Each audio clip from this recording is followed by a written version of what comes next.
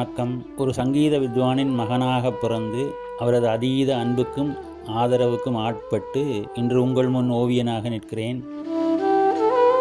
சில்பி என்கிற மாமேதை தெய்வீக பிறவி அவரது ஓவியங்களை பார்த்து வியந்தபோது, அதென்ன நீயும் வரையலாம் அப்படின்னு சொல்லி என்னை மிகவும் உற்சாகப்படுத்தி கடைசியில் அவர்கிட்டயே கொண்டு வந்து விட்ட எனது தந்தையாரை இந்த நேரத்தில் நினைத்து கொள்கிறேன்.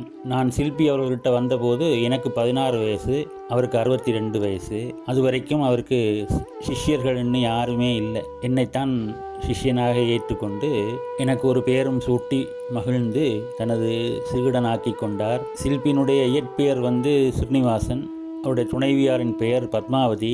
இது 2 பெயர்லையும் இருந்து வாசனையும் பத்மாவையும் எடுத்து பத்மவாசன் என்னும் பெயரை வைத்தது.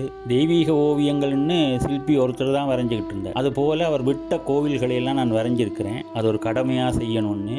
அதில் மறக்க முடியாத அனுபவம்னு ஒன்றை சொல்லலாம். அது சுருட்டப்பள்ளிங்கிற அந்த கோவில். விஷம் சாப்பிட்டு பரமசிவன் பள்ளி கொண்ட இடம், சுருண்டு பள்ளி கொண்ட இடம் சுருட்டப்பள்ளி.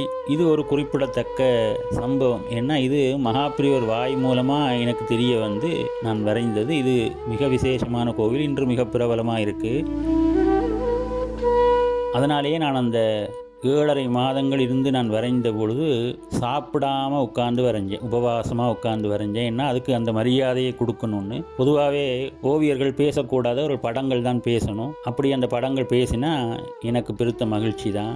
இப்பொழுது இந்த தாரா ஃபவுண்டேஷனுங்கிற இவர்கள் எனக்கு இந்த விருதை கொடுக்கறதுக்கு முக்கிய காரணமாக இருந்தது, நடமாடும் தெய்வங்களாக இன்னைக்கு இருந்து வழிகாட்டி கொண்டிருக்கிற அந்த பாலப்பிரியவர்கள். அவர்கள் சொன்னதன் பேரில் இவர்கள் எனக்கு கொடுக்கறதுனால நான் அதை மரியாதையோடு வாங்கிக்கிறேன், சந்தோஷமும் படுகிறேன். மீண்டும் இந்த தாரா ஃபவுண்டேஷனுக்கு எனது நன்றிகளை தெரிவித்துக் கொண்டு உங்களிடமிருந்து விடைபெறுகிறேன். வணக்கம்.